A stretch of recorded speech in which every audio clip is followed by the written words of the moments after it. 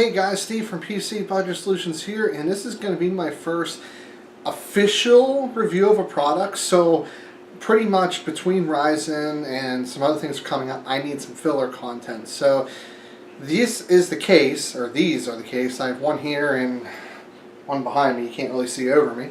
But these are the cases that me and my fiance use for our current ring. So the Corsair 460X. This isn't the stock configuration. I have some extra fans and everything, but I want to do an overview and tell you guys my thoughts on this case and whether I recommend it for you guys or not. So let's take a look and see what's in store for us today. So we're going to go ahead and talk about this case in three different concepts. First concept is, how well does it look? I think it looks nice personally, but we'll dive more into that in a little bit. Functionality, how well does it function? You know, little spoiler alert, we have a radiator in the front, which you guys know I don't like. Okay, and value. So spent $110 on the actual case itself, not including the fans, those are separate. What kind of value do you get for that price? So let's take a look. Let's go through looks first. For looks, I don't think anybody can argue. I'm going to take off a point here for one reason only, and that actually has more to do with the function. But come on, you got tempered glass in the front, you have LED fans showing through, you have LED fans showing through the top. I have tempered glass, but I took it off. It looks really nice. But I got to take off a point because my radiator's here. It's not up here. And the reason for that is it does support a top mounted radiator, and you know, we'll kind of go into the function aspect here in a second. But very few scenarios could you get a top mounted radiator in here unless you go super thin. So, but overall, I'm going to give it a 9 out of 10. I love the look, but let's talk about the functionality a little bit. I'm going to hit this case up pretty hard, and I do apologize, Corsair. It is a really good case, but there's a lot of things I don't like. First and foremost, we already talked about having to mount the radiator in the front. I don't have super tall VRMs up here. My RAM is a little bit tall, and that was the main reason that I couldn't fit. But there's just not enough room from the RAM slot to where the fans would be. It clipses it by about 5 millimeters. So definitely a problem there. Second of all, I love covering this.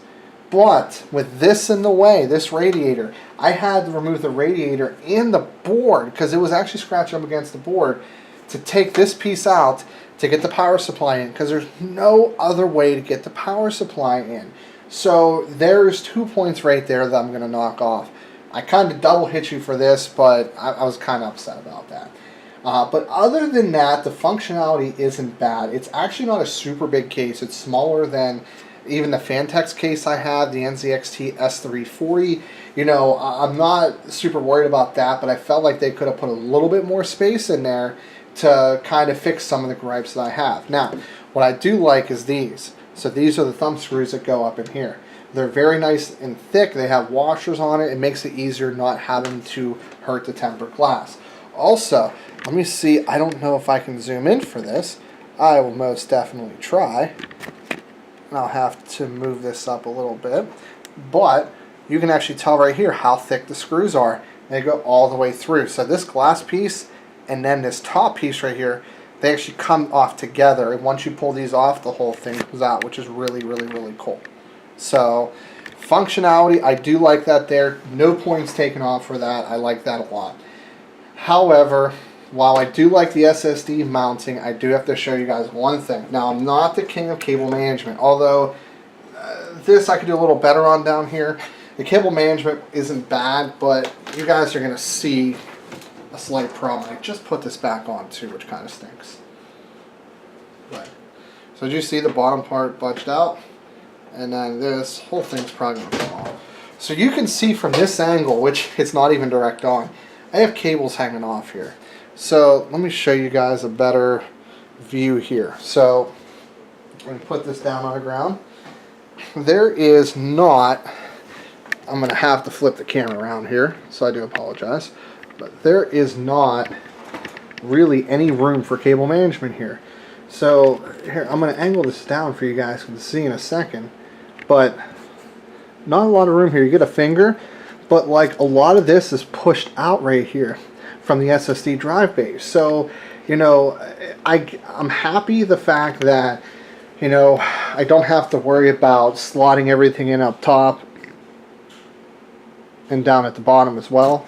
So I am happy about that, but maybe an extra ½ inch could have done some better cable management. So that is going to be the other point I'm going to knock off. So overall functionality, 7 out of 10. At the time of filming, this case came in $110. That came with one SP140, which was in the front. There's also a variant that came with 3 SP120s, also in the front. And that one came in $140 at the time it's filming versus the $110. So I would definitely place it in the middle of the enthusiast grade cases. You'll find a lot of cases between $100 to $150 that a lot of people are looking at. There's a lot of budget options under this price point. But you do get tempered glass on both sides. You do get a nice form factor that can fit a fair bit of hardware, but it's a fair bit smaller than a lot of other flagship cases out there. But I'm going to give it an overall score of 8 out of 10 for overall value. It's a very, very, very good value, but it's still in the higher range where it's not really something that you could really budget for in like a sub $800 computer. Conclusion time. Would I recommend the Corsair 460X? Well, of course I would. Wouldn't have it next to me as my personal ring and her ring if I didn't like it. That's not to say that I don't have some issues with it, obviously. This is still an eyesore, and that's why I knocked off 2 points, one in 2 different categories for it, because I don't like front-mounted AIO coolers. Not a fan of it. I really would have liked it in the top. With the great form factor that it is, you know, it's a regular ATX tower that's barely like 16 inches high. You really could have made it a little bit wider to fit what I needed.